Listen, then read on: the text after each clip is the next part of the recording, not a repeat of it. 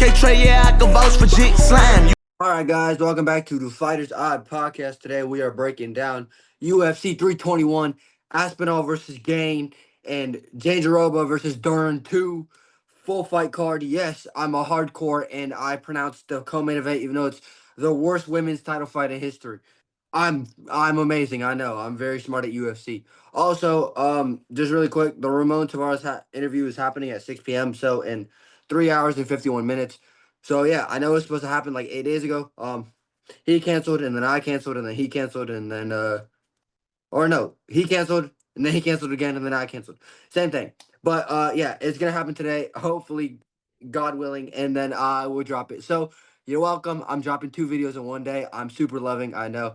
Anyway, let's get into the my fault. I'm stupid. No, I'm smart, but it's okay. Let's get into the video now. First fight, Jacqueline Amorum versus Miguzu Inui. Simple breakdown. Inui hasn't fought in 2 years. She fought Hannah Goldie, who I interviewed. I know I'm amazing. But she hasn't fought in 2 years. She comes in as a plus 350 underdog. Jacqueline Amorum 10-1.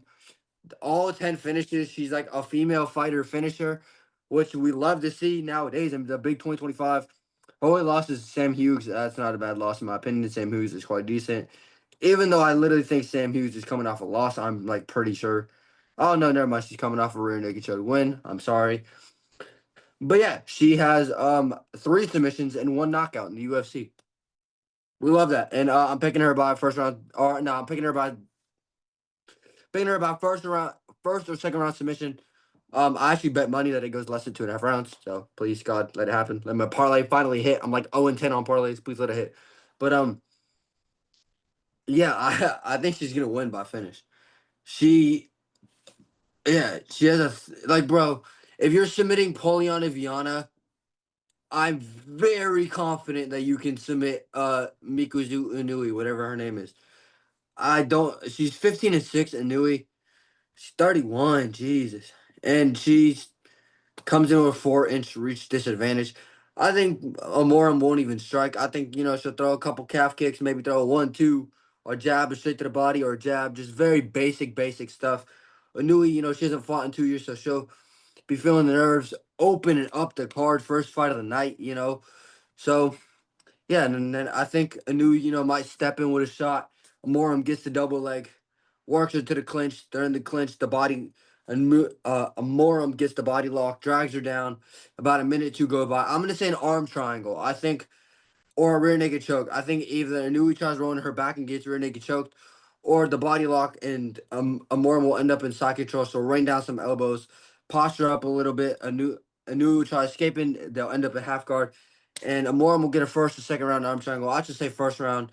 I think this should be a very easy win for Amorum, and then she deserves something in the top 15, especially if she finishes her in the first round. Yeah, I mean, female MMA boys. I don't know what else to say. Amorum's quite decent. I actually like her as a prospect. I don't mind the Sam Hughes loss, and I rate every single win that Amorum has in the UFC over a decision win over Hannah Goldie. So yeah, give me Amorum by first round submission, boys. Moving on, Azam Maxim versus Mitch Raposo. I was watching MMA Guru, his prediction. I was supposed to do this Monday. I just didn't. I was too lazy, to be honest. But he says something very smart. Mitch Raposo is 0-2 in the UFC. Why is he still in the UFC? And why is he losing by split decision, even though he clearly lost 2 or all 3 of the rounds in every fight? Andre Lima, I understand it was a little competitive. Andre Lima, clear as day, won, and somehow it was a split decision. Lima won still, but it's like, dude, Mitch Raposo does nothing. He throws maybe 10 strikes around. He sits there, watches you, maybe throws a leg kick, maybe throws a jab. His grappling is all right. His striking is eh.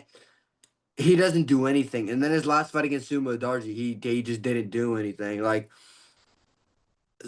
you got a couple takedowns. Sumo Darji got up. You didn't hurt him with anything. And, Sumo Darji's chin is a little iffy at times. You threw a leg kick. Okay. There's a leg kick in every fight, damn near. Yeah, Mitch Raposo doesn't do anything, bro. Like, I don't know why he's in the UFC. I don't know why they thought Mitch Raposo won the Sumo Darji fight, bro. It was not a split decision. Like, I rewatched that fight last night. Dude, Sumadarji is a case to win all 3 rounds. I think he did. I think yeah, bro. I forget which round, but I did give Mitch Raposo a round against Andre Lima. But that was at the beginning of Lima's UFC career. And he deserves somebody in the top 15 now. Like, I don't understand what they see in Mitch Raposo. No disrespect. Like, I'm not trying to disrespect anybody, but it's like you want to be in the UFC, you got to win, bro. You're not even trying to win. You stand there. It's yeah. Anyway, he's fighting Azam Maxim, 15-2. He's 1-2 in the UFC, but beating Tyson Nam in your debut. Yes, Tyson Nam was on the end of his career. Beating him is a good win. It is. I rate that win genuinely, like I do. Yes, it was by split decision, and then he lost to Charles Jourdain or Charles, not Charles Johnson. Um, Listen, he won that first round. He hurt Charles Johnson. I believe he dropped him. He just gassed out, and lost the last 2 rounds. His last fight, Tigir Lambekov at UFC Baku. He lost. Yes, did he lose? Let me just say something. How in the hell is Mitch Raposo getting a split decision loss to Sumo Darji in a fight that was not competitive? Yet all 3 judges gave that fight to Tigir against Azam Maxim. I gave the fight to Tigir, but dude, there's a very strong case Azam Maxim wins. Like I'd have to. I'm gonna rewatch it, but like there's a very strong case for Maxim maybe winning. It's in Baku. They're gonna give it to Tigir. I understand. Abu Dhabi, Baku. They're gonna give it to the Russians. But like, listen, dude. As a Maxim is quite decent. I see a lot of people picking Axel Maxim by decision. I think he finishes Mitch Raposo, bro. Like he should be able to finish Mitch Raposo. If you're throwing 10 strikes and 2 significant strikes around, you need to like somebody should be able to finish you if you're throwing not that output and you're standing there pivoting around, circling around, sticking a jab and then moving for the next 80 seconds, throwing a 1-2, then moving. Like it's just not how like the UFC is meant to be. This is a multi-billion-dollar company. We have way better prospects at flyweight outside the UFC than Mitch Raposo. We don't need him. I'm picking Asset Maxim by submission. Um, I'll say round 2 or 3. I think this first round, Maxim will win it. Like, dude, I'm sorry this predictions break like long for early prelim, but it's mostly just me hating on Mitch Raposo because he's ass. He sucks. Like, I don't understand it. But listen, dude. Bottom line, Asset Maxim's the better striker. He's damn sure the better grappler. He has better fight IQ. He's better literally anywhere and everywhere. Not anywhere in this fight do I go, oh, Mitch Raposo could be competitive. If Maxim takes this dude to a decision, it's a disappointing performance. Maxim older, he is 2 inches in height and has a 6.5 reach, bro. I think he'll club and sub. I could just see Maxim step in, jab, step in overhand on the chin. Raposo gets dropped. They end up on the ground in a submission. I'll say arm triangle. Again, like it's like a club and sub, you're gonna get hit with the arm triangle maybe because when you drop, you're either in half. You either end up in full guard or half guard. And full guard, you switch over to half guard. And if you end up in half guard against someone that's a finisher like Maxim, or somebody that's decent on the ground and they know you're hurt because they dropped you, they're gonna go for the arm triangle. Club and sub. You club them, you concuss them, then you sub them. So yeah, I'm gonna say Maxim by submission. Yeah, I don't know why Mitch Raposo is still in the UFC.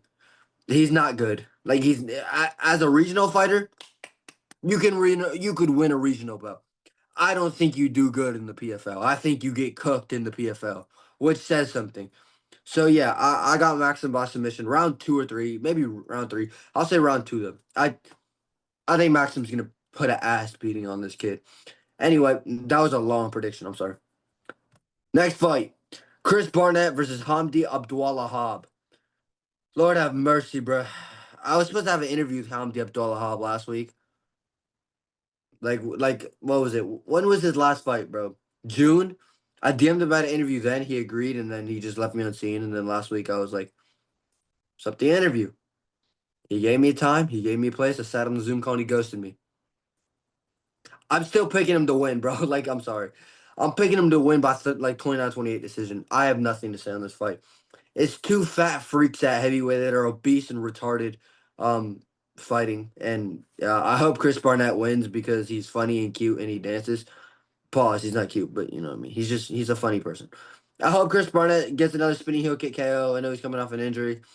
I'm picking Hamdi Abdul-Wahab 29-28 decision. He just holds Chris Barnett against the cage, lands a jab, throws a leg kick, and blobs around. And third round, they're both tired and they're like, because they're fat slobs, and that's the entire fight. So yeah, give me Hamdi Abdul-Wahab by decision. I could care less. I actually couldn't. This fight is fucking disgraceful. Next fight. Yes, that is my entire breakdown on that. Anyway, next fight. Jose Delgado versus Nathaniel Wood. First of all, banger fight. Can I just say an absolute banger of a fight? If y'all know me, I love Nathaniel Wood, bro. I think he should be fighting Danny Gay. I think he should be fighting Giga Chikadze. I don't like that he took this Jose Delgado fight. And again, MMA Guru said it perfectly.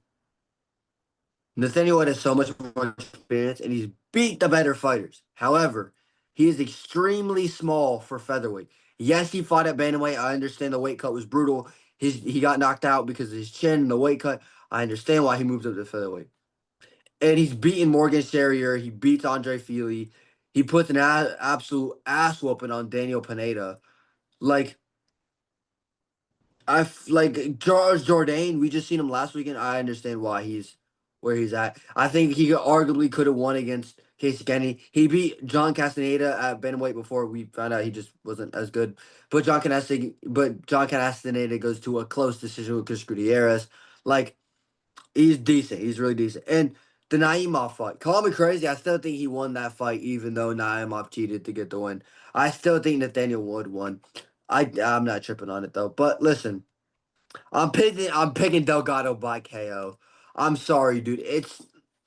I'll say this, dude. I understand Andre Feely has power. If he's dropping you flush on the chin in the same round that you dropped him, Delgado's gonna touch your chin and it's not gonna be good. Like I just think maybe I'm tripping. Maybe Delgado, 10-8s him in the first round, and then Nathaniel Wood comes back and rallies like late round 3 TKO. But like, listen, dude, Delgado's 10-1. He went from Connor Matthews to the versus to Hyder Meal, which is like the most insane step up. You took how long was this fight with Connor Matthews? 2 or 3 minutes. It was 3 minutes. So, I picked Hyder Meal. I thought Hyder Meal was just gonna be able to take the shots. He's got a granite chin. Jose KO'd him in 26 seconds with a knee in the clinch. This dude is insane, bro. Jose Delgado's power is insane. His knees to the head, his boxing,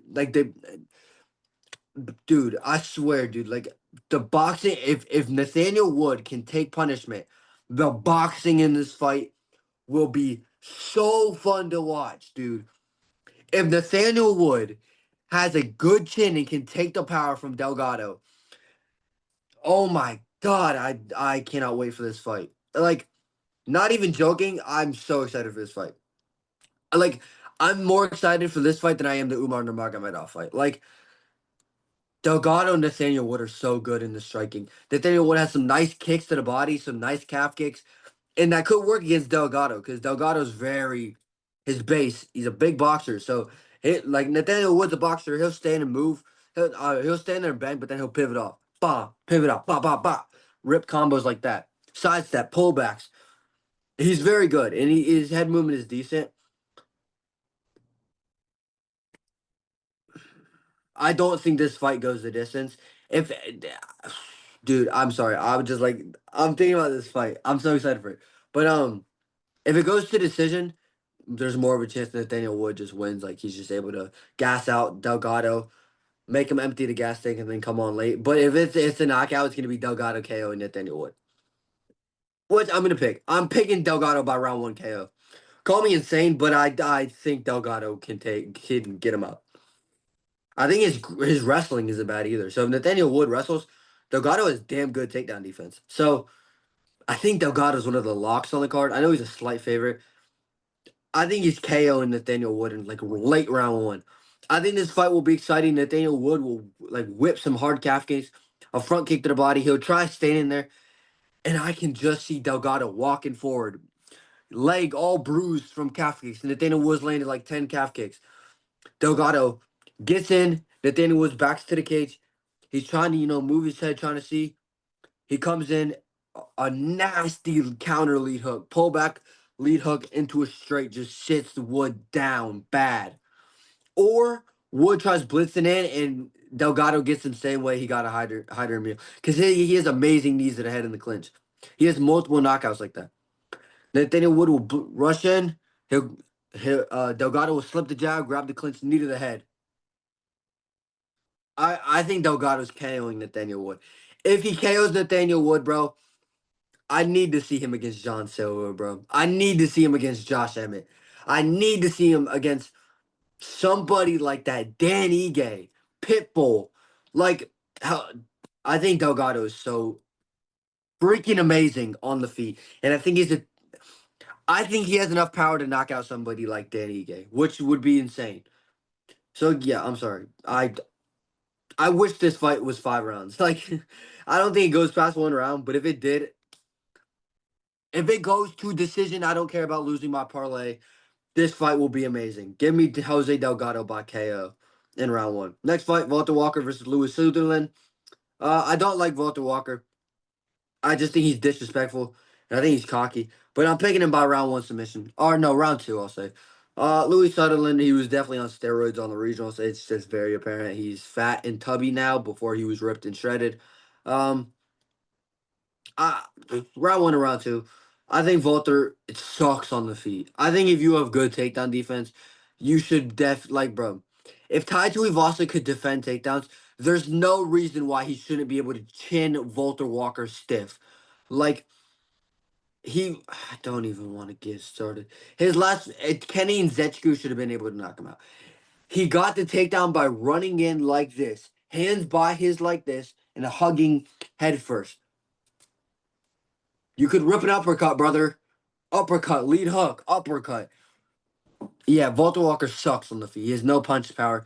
He's absolutely atrocious with foot movement or footwork and head movement. He sucks on the feet. He's one of the worst heavyweights on the feet. I need, but he's in phenomenal shape. So maybe I don't know, bro. He sucks. I don't like Walter Walker. I don't like that he's in the top 15, but he's gonna win by heel hook in round 1 or 2. Uh, Yeah, I think Luther Sutherland's an all right kickboxer. I think he has an all right body kick. I think he's got some mid punch power. I think he could sting Volter maybe. If he can top of take it out, I can see Volter trying to come in and eating like a close range hook. Stumbling back and then taking a deep breath and trying to relax for a second. I can see Lutherland maybe touching that chin of Walker, and Walker's like, oh okay, all right. He's not Justin or he's not Junior Tafa. I can't just take him down because he's fat and stupid. So. Yeah, but I'm picking Walter Walker. I'm sorry, just like a couple of these fights piss me off. Like it's just like I don't like weird fights like this. Not because it's weird, but like Chris Barnett versus Hamdi Abdullah and Walter Walker versus Luther Sutherland on the same card is weird. I'm picking Walter Walker by submission. I think he's just better overall, and he has more UFC experience. And he submitted Kennedy Zechku within like a minute, which is actually quite decent. I did pick Kennedy. I did bet money on Kennedy. I'm very disappointed. I'm disappointed that Dante O'Mays and Junior Toffa lasted longer than Kenny Sechku did. But it's okay. Yeah, give me Walter Walker by submission. I don't really have anything else to say. Next fight. Mateus Camilo versus I don't know this dude's name. Abdul Karim Al Sawadi. Alright. Is it low level lightweights? Yes, but this actually could be a decent scrap. Camilo ain't bad. He's really young. He got submitted by Gabe Green. He did all right in the first round, which I don't care because I'm a Gabe Green supporter. So I'm very happy Gabe Green won. He's in surgery. But recovery is Gabe Green, brother. I cannot wait to see you back in the octagon. So yeah, I love Gabe Green. But anyway, I think it is a bit of a step up in competition from Gabe Green to Abdul Karim Al Sawadi. I'm picking Al Sawadi by decision. I'll say like 29-28. I think Camilo just burnt his gas tank again. Jeez. Okay. Anyway, I think Camille. Honestly, I think he burnt his gas tank a little too much against Gabe Green, and that's what led to the loss. Yeah, Gabe Green got the submission, so it's and I think Gabe Green just has better fight IQ, and I think he's better than Camilo. But yeah, Abdul Sawadi, whatever your name is, Abdul Kareem Al Sawadi, his last fight against um Loki Rizabov, it was a fight of the night, but Loki kind of brutalized him at the end. Like he dropped Sawadi bad, and then the ref didn't stop in, and he got hit with some more shots than he really should have. But he's back. He's had like 4 canceled fights. He's fighting Tomas Camelo. It's damn near a betting. It's damn near a pick 'em. It's most like yeah, the betting odds are really close. I'm picking Sawadi. I think he's just better on the feet. I think he's better on the ground. I can see Camilo having some success early. Like I can see him taking down Sawadi, holding him down, splitting him open with an elbow. Taking him, it's a little halfway through the round. They're moving, bop, bop, bop. Sawadi's, touching him with the jabs, and then Camilo slips under, gets the double leg, and wins round one based off control and damage. And then Sawadi, and also if he's from Palestine, so he's gonna, how Abu Dhabi is. They're gonna favor those people. Not that there's anything bad is their people, but it's just like sometimes if it's like if Al Sawadi clearly loses this fight, I can see him still getting a decision, even though he clearly lost. But it's okay. Uh, I think round two, Sawadi, he'll open up a little more, but I think he'll just be more warmed up. He'll understand that Camilo will look for the straight shots to slip under, or yeah. I just think Camilo's grappling is what could win him this fight because he has decent ground and pound. But if Sawadi times it right, if he understands that, hey, if I'm in there and I throw a blind lead hook, he could just shoot under and get the double leg. If he just sticks him, keeps him at range, and when Camilo tries coming in, ripping the uppercut lead hook, that could win him. Just keeping it long when they're at range, and then when Camilo decides to try to step in with a knee to the body, or when he tries to engage, that's when you rip the power shots.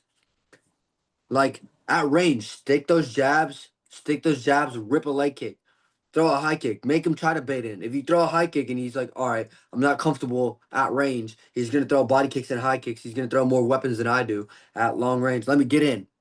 Let me get in. Let me try to get to the clinch. Let me try to get a hip toss. That's when Solani could actually catch him and knock him out.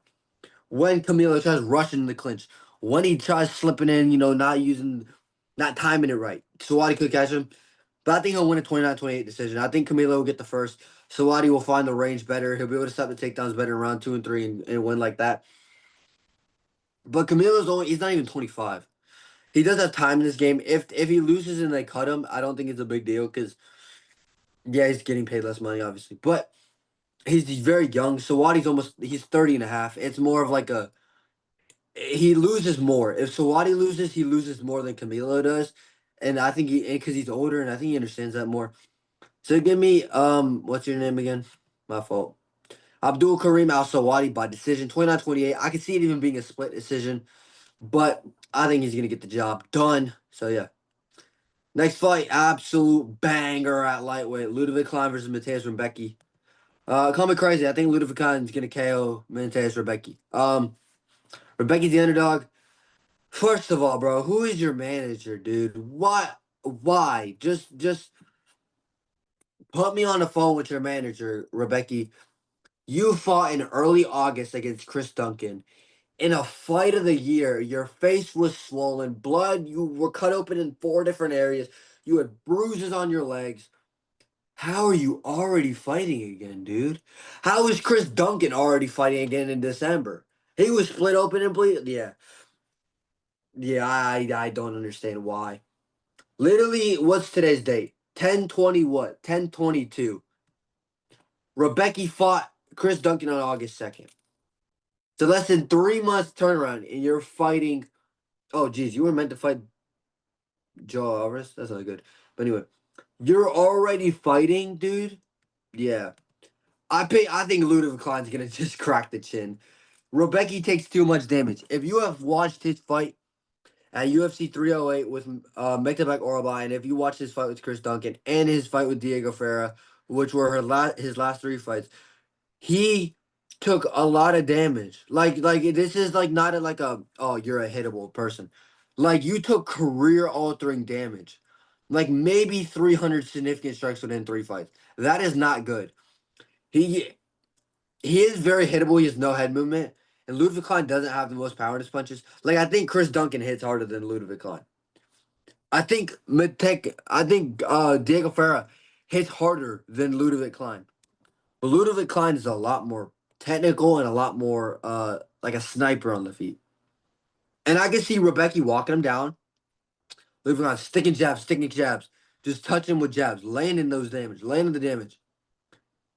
Round 2 or 3, late round 2, early round 3, you know, Rebecca always gets his eye swollen. And every fight, his eye looks like this at the end of the fight. Completely closed. It's actually really bad. But, dude, I can just see a world where Rebecca's slipping in, Ludovic steps back, and rips the most nasty pullback straight on the chin that stumbles Rebecca. He wobbles back. Ludovic Klein walks him down, got him against the cage, rips some body shots, uppercut, lead hook, teeing off. Rebecca tries to throw him back, eats another straight, and crumbles and goes down. I think Ludovic Klein will get the biggest knockout of his career against Rebecca. I think he's gonna crack that chin round like midway through round 3. I'll say early or midway through round 3. I think Rebecca will be in there. I think he will crack Ludovic Klein.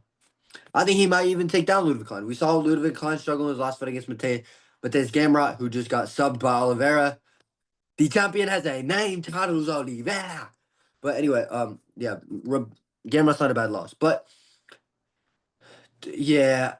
And the Diego Ferreira loss isn't aging the best either for Rebecca. So that's also something. I just think Ludovic Klein is better overall, and I think he's more technical. Like Chris Duncan is more of a brawler. His chin is a little iffy, so shout out to him for taking the damage from Rebecca. But like Make-the-Back Orabai is he has power in his hands, but he's not a striker, he's a grappler. And Chris Duncan's a brawler. So Chris Duncan will stand in the pocket, dude, and just rip hard shots. Wild hooks are slower than straight shots. If I'm in a fight and I throw a straight shot, if I throw a jab and you throw an overhand, my jab is gonna get to you before your overhand gets to me. And Rebecca wings wild hooks. He wings uppercuts like this.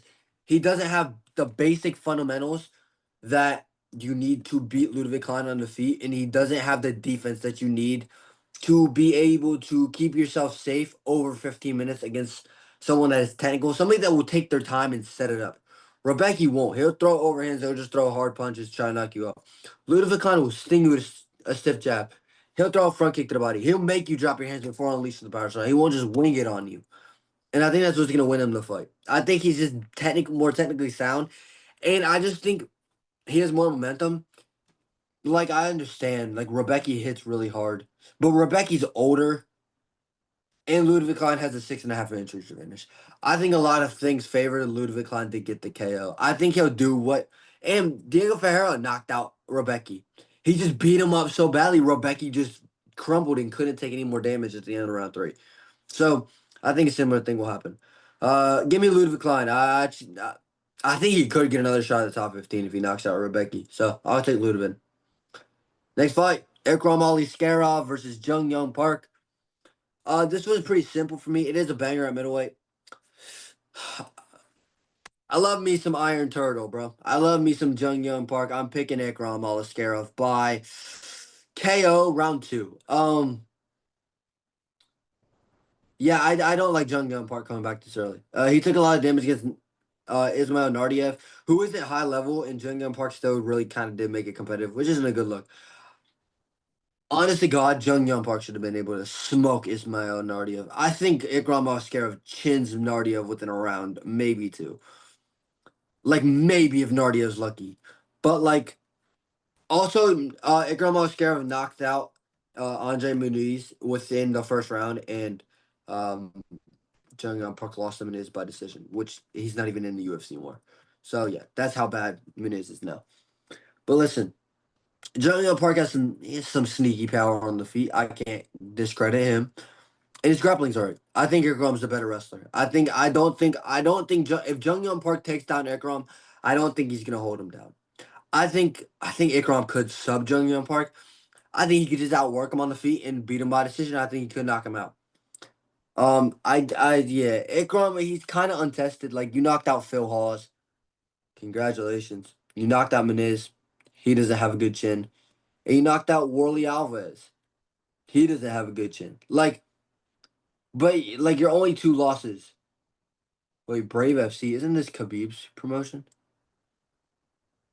Oh, it is, isn't it? I think it's Khabib's promotion. I don't know though. Oh, what the hell? All right. Anyway, my fault. Um, your only two losses: Hamzat Chimaev by KO. He's the middleweight champ. There's no nobody's mad at you for that one. Wait, you were meant to fight Nasruddin Amabov? Oh my God. Ikram Askarov has been meant to fight Hernandez, Amabov, Costa, and Ferreira. I didn't know that. And your other loss is to Robert Whitaker, also by KO. But you took it on like a week's notice because the opponent pulled out the week before. So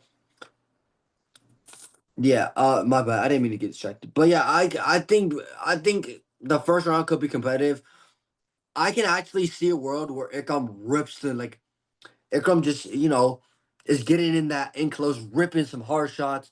Jung Young Park's trying to throw back. And Park does move back off the back foot sometimes. I do the same thing. When people pressure him, there's some people where if Ikram's pressuring Park, he'll step back. He won't pivot off. He won't slip to the side. He won't, try to turn it around. He won't try to get the clinch and turn him. But that's more of a boxing thing. But still, I can see a world where Jung Young Park is trying to stick jabs while moving back. And Ikram lands a brutal knee to the body. And that's how Jung Young Park gets finished. I've seen Park get hurt with body kicks to the body. I saw Nardiev hurt him bad with a front kick to the body. And I seen Nardiev hurt him bad with a knee to the body too. I believe in round one. So yeah, I think Ikram will get him with a body shot.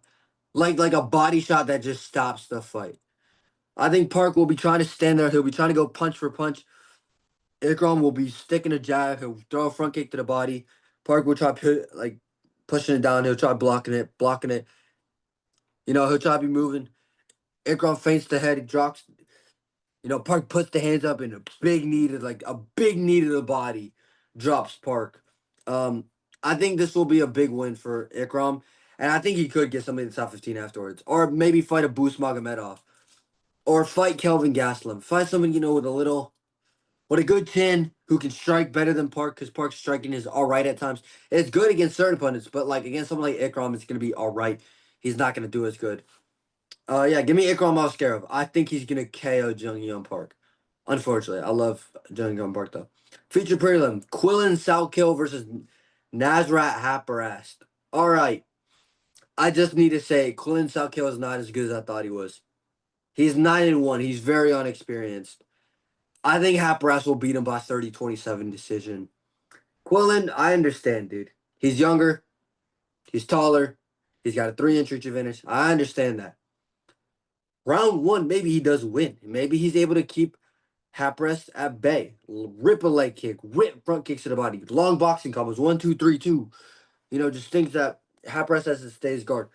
But dude, Haqparast walks forward against everybody. He beat Esteban Rivovic. I think Rivovic beats Salkill. He beat Jared Gordon. He knocked out Jamie Malarkey in round one, who's coming off a win. He beat Laney Quinones in an absolute banger. His last fight, his last two losses, Dan Hooker, who's in the top 7, and King Green, in a competitive fight, and that's when Napras, was first getting into the UFC or whatever. Yeah, he also got KO'd by Drew Dober in round one. But that's when Drew Dober hadn't been knocked down. He was just sleeping people in on an insane thing of just taking unfathomable amount of damage and then still knock you out. I think Haqparast will get it done. I bet money on Haqparast too, so I really hope he gets it done. But I think Haqparast has more punch power than Salkill. I think his pressure's better. I think fight IQ wise, Salkill has better fight IQ. I think his grappling is a little bit better. But Haqparast can stop takedowns, dude. I can't think of one time Haqparast got taken down and held down. And I don't think Salkill could do it. Maybe someone like Grant Dawson, maybe someone like Benil Dariush or Benoit Saint-Denis, who's in that topper of the division, but it's Salkill, you're 9-1, you're 2-0 in the UFC. You KO'd the worst guy, Asnu, Anshu Jabli. I don't know, Anshu Jabli, and then you beat Yanal Ashmus in your last fight. by decision. And I think you should have been able to go out there and finish him. Yes, you had an impressive performance. You tried some submissions. You clipped him up on the feet. You took him down. That's a great performance. I think Hapras beats the shit out of Jan Asmus. I think he beats him pillar to post and bullies him all 15 minutes. I just don't think Yanel is as good. But yeah. I mean Yanel has a KO win over St. Patterson, but I don't care. But listen, I think Hapras gets it done. I'm gonna say 29-28 unanimous. I do think Salkill will be able to, maybe even hurt him to the body with a front kick. While, while Hapras is trying to move in, just a big body kick that hurts Hapras. He shows up against the cage at the end of round one. Salkill just ripping some shots, but then Hapras cracks with a big shot on the guard that even Salkill feels even through the guard. He tries throwing some jabs back in round one. Salkill wins based off hurting him to the body and just being a little more active. But I think, a minute or two into round two, I think Hapras will get the timing. I can see him stinging Salkill on the chin. Like, I can see him moving in. Salkill throws a jab. He goes on the shoulder. And Hapras goes over with the overhand that clips Salkill. That wobbles him or drops him or stuns him. And I think Hapras just wins based off activity. Maybe he can even TKO Salkill late round three with just the pressure. Because he's not going to stay at the bay. He's not going to stay out of range. He'll walk forward on Salkill. I believe it. I think Rivovic is more of like a knock you out type of dangerous striker than Salkill. And Hapras beat him. He just walked forward on SFM, which is insane to do. Like, you're risking, yeah. Because, again, Rivovic is like Hapras. He'll walk forward and throw so much output that I think Esteban melts Salkill with pressure, and I think Hapras can do the same. I don't know if he knocks him out because I think Esteban does hit harder, but Hapras was kind of stinging Rivic's late with some shots. So I just think basic MMA math, I think Hapras will get it done. But I'll say by decision, maybe a late round three TKO, but I'll say decision. On to the main card. Main card opener. Alexander Rakic versus Azamat Mirzakhanov. I believe in Rakic still. It's a tough one. I'm gonna go. I'm gonna go Rakic. I'm gonna go Rakic by decision. Yeah, I just don't think Azamat. I think Azamat Kaling Brenson Ribeiro doesn't mean he's gonna beat Alexander Rakic. Ribeiro's not that good, and the fight was on short notice. I forget who pulled out. I believe somebody pulled out against Mirzakhanov. I forget who. Johnny Walker did. Yeah. So yeah, Johnny Walker pulled out against him. Um, yeah, I think he would have beat Johnny Walker anyway. But yeah, I'm picking Rakic by 29-28 decision. I'll say a split decision. I think Rakic, he's longer, he's taller. He's very tall too. He's 6 inches taller and has a 6.5 reach advantage. And Mirzakhanov is almost 37. How are we calling him a prospect? He's almost 40. Like, he's almost 37. He's closer to 40 than he is 30. Like, that's not a prospect. But I think Rakic just, bro, you're going to a really close decision on Ankalaev. I think Ankalaev kind of schools Mirzakhanov. But like, Rakic did good against Ankalaev in round one. He clearly won round one. And he could have won that fight, dude. He could have won the third, but he was stupid and shot a dumb takedown and lost the fight because of it. But I think Rakic is really good. I don't think he deserves to be in like the top six still because he's on a losing streak of like what, like 3 fights or something, 2 fights, 3 fights. Oh yeah, he's on a 3 fight losing streak. Blachowicz, Prohaska, and Ankalaev. He hasn't won.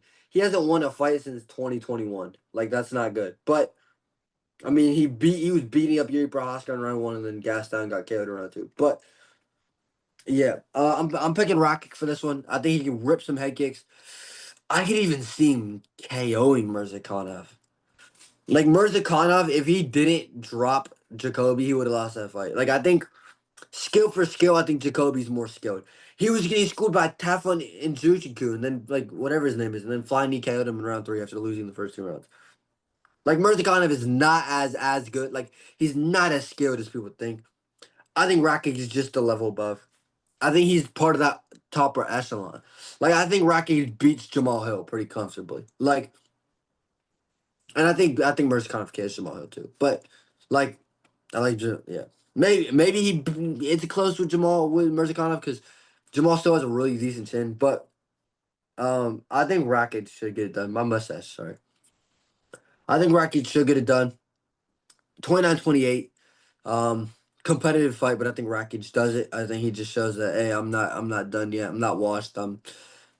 Yeah, I lost, but I lost to literally Yuri and Ankalaev. Those are my last two losses. The best two, or two of the best three at light heavyweight. So yeah, give me Rakic. Next fight, Alexander Volkov versus Jailton Almeida. Boys, I'm going with the underdog. I'm going with Volkov here. I don't think Jailton Almeida's a quitter, but I think if you give him enough adversity, he'll fold. He took down Curtis Blades like what, 9 times, 8 times, not eight or 9 times in round one. Failed one takedown, ate an elbow to the side of the head, and he quit and got TKO'd by Curtis Blades. So yeah, and I don't think he's gonna surrogate Spivak him. I don't think he's just gonna go out there and sub him in one round. Or didn't he beat Alexander Romanov too? Yeah, I don't think he's gonna do what he did to Romanov or Sergey, which is they're fat grapplers and he out grappled them in one. I don't think he's doing that, dude. I just don't see a way he does that. So he was meant to fight Volkov before as well. So yeah. I'm picking Volkov by TKO, round three. Um Volkov is a lot taller than him and his grappling is decent. Like, bro, we're not sitting here. We are not sitting here acting like Volkov lost that fight to Gane. He didn't. He clear as day won that fight. They clear as day robbed him. This fight should be Aspinall versus Volkov, the rematch. Why are we doing this, dude?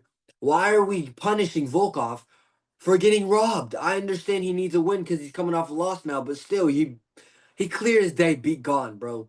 And not only that, he out grappled Cyril Gane. Not only that, he almost slapped Cyril Gane with a spinning back fist, dude. Yeah, I'm picking Volkov by round three TKO. I think I like a body shot, like a front kick to the liver, a hard body kick, something that Jai Alton feels. He starts folding up. Volkov rips an uppercut, lead hook, ripping some shots to the head. He pushed off Jai Alton. He's trying to get a takedown, and he eats a knee or he eats a hook to the body. Just like I think Jai Alton, if you hurt him to the body or if you put that pressure on him, he will fold. If Curtis Blades is making him fold to get TKO'd, I think Volkov should be able to. Maybe not in round two. I think Jai Alton did make some improvements to his gas tank. I think he's more top heavy. I think when he gets a takedown, he's more active trying to get the finish. I just don't see a where he double legs Volkov or gets the body lock and drags him down and single legs him or takes him down and does something and subs him like that in round one. If he does, I'm wrong. You fight the winner. If Aspinall loses, Jai Alton still got next. If he does that to Volkov, he still has next. But I just don't see him doing it, dude.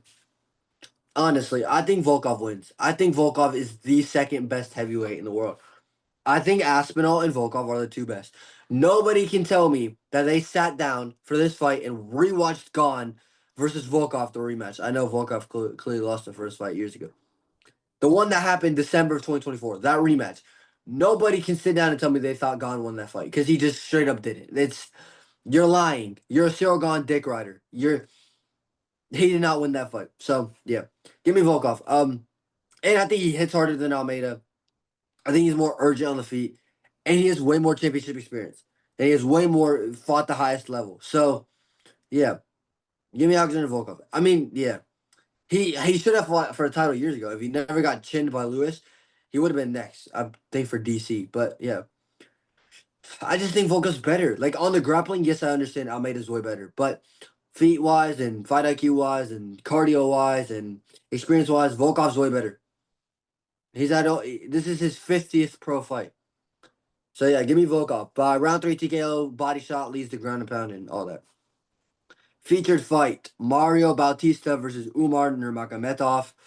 I'm picking Umar Nurmagomedov by decision. He's a minus 450 favorite. Mario Bautista is an inch taller. They have the same, inch taller. But they have the same reach. I don't know, dude. I think Umar did lose to Marab, but I think Mario gets clean clocked by Marab. Like I think Marab finishes him in like 3 rounds. But like I rate the Corey. I don't know. I understand why Mario's in this position. I understand. He beat Patchy Mix, but we can't. We all know Mario's fighting Umar because Umar is gonna beat him. Like I did rewatch the Auto fight. Jeez, that was most boring fight. But I think Mario did win, and I know he clearly won against Patchy Mix. I think he won 30-27. I understand 29-28, but I personally think Mario clean sweep Patchy. But Umar, I think he's more athletic on the feet. His grappling's better. His submission game's better. I'm gonna say Umar Nurmagomedov by decision. I don't think he's gonna go in here and KO Mario Batista. I don't think he's gonna go in here and Mario shoots a takedown and he gets guillotine. Maybe, but I think Umar's better overall. So yeah, I think Umar's better overall, and I think that's what's gonna get him the win. Like Beksa Almakhan is not the worst. Like it's an win, like because we don't know how actually good he is, and Umar did get dropped by him in the first round, but still like. I think, and he looked really good against Sanhagen. He had a really good performance against Sanhagen. I picked Sanhagen, but yeah, I just didn't think Umar's that good. Do I still think he's a little overhyped? Yes, because he only has one ranked win, and Marab beat Corey, I think, in better fashion. So yeah, I do. But like Marab was closer to knocking out Corey Sanhagen was than Umar was. Like yeah, I don't know. If Umar comes in here and clean sweeps Mario and outclasses him, I still think he needs one more win before a title shot. Like Murav's fighting Piotr Yan, and dude, we're not. Yeah, I think Umar beats Piotr Yan. By the way, actually, I don't know. I'd have to think about it a little more. But yeah, maybe Piotr gets it done. Umar is really good. I'm not sitting here acting like he doesn't deserve to be at the top.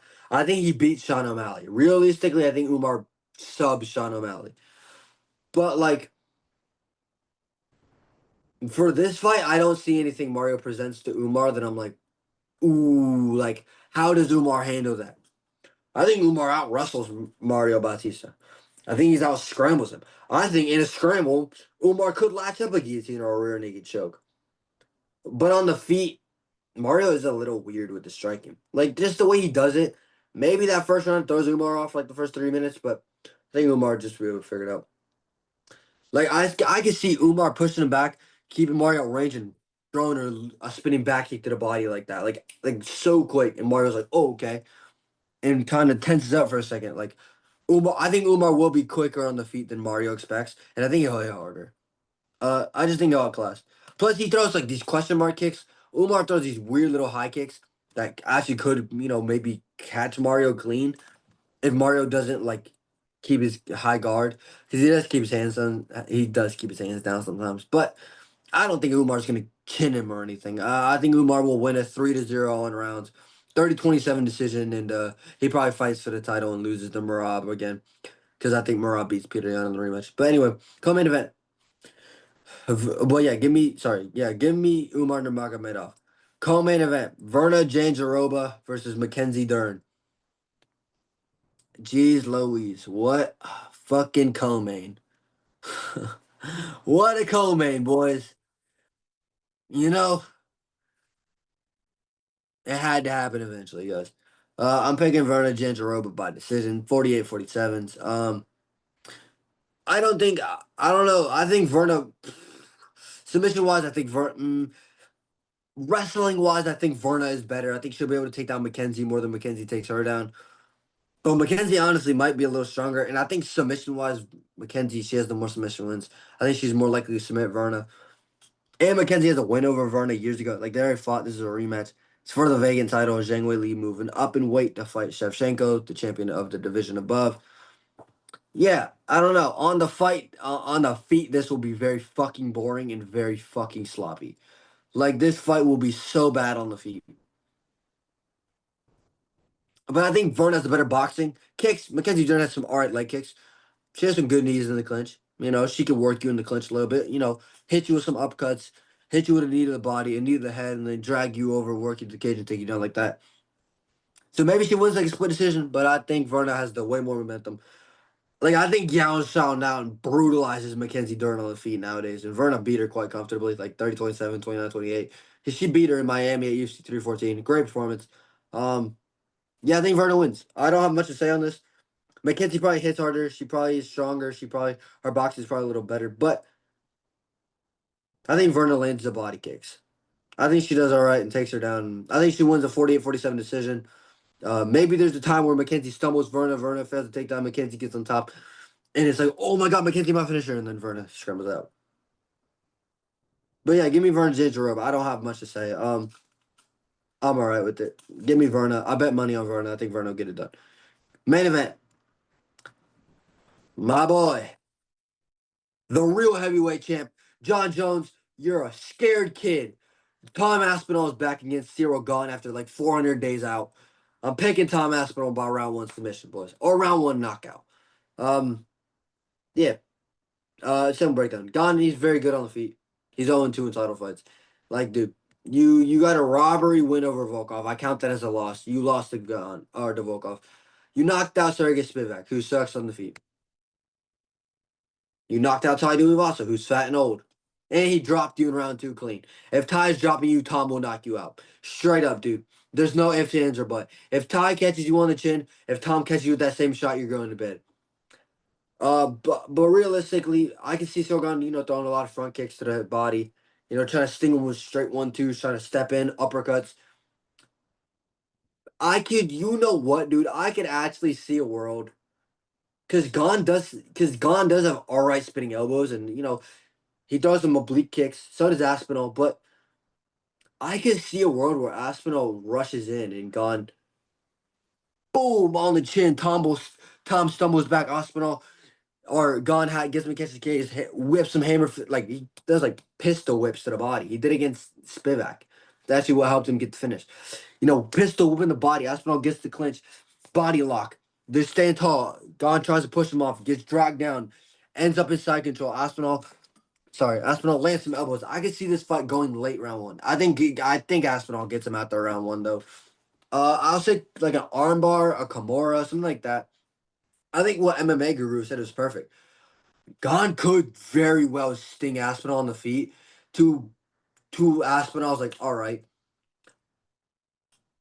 But if Gane lands a shot on the guard, Aspinall might feel it. If Aspinall lands that same shit on the guard, I guarantee you Cyril Gane will want no part in close with Tom. In the pocket, Cyril Gane standing bang for bang, punch for punch. Gane goes to bed. Straight up. Aspinall power is different, dude. I think he knocks out John Jones. I think he knocks out Francis Ngannou. I think he knocks out literally any and every heavyweight that comes in the UFC.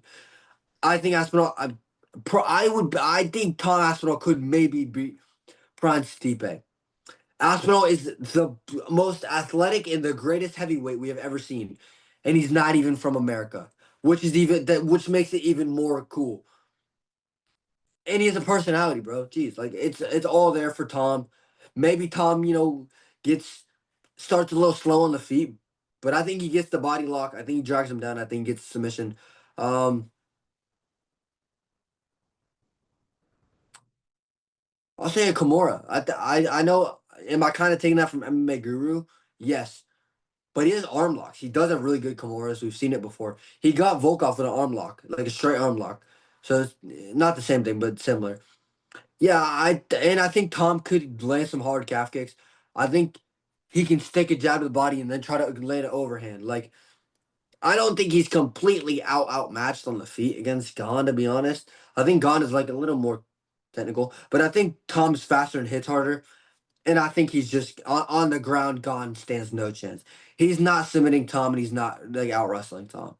Tom Aspinall is the greatest heavyweight of all time. I'm calling it right now, and he submits Cyril Gane in round one. But that is my UFC 321 Aspinall versus Gane and Jandiroba versus Dern 2 full fight card predictions. I appreciate y'all watching. Let me know in the comments, and let me know who you think's gonna win. Let me know if you guys have any bets, and appreciate y'all watching. I'll catch y'all later. Tryna hide from the camera. I ain't going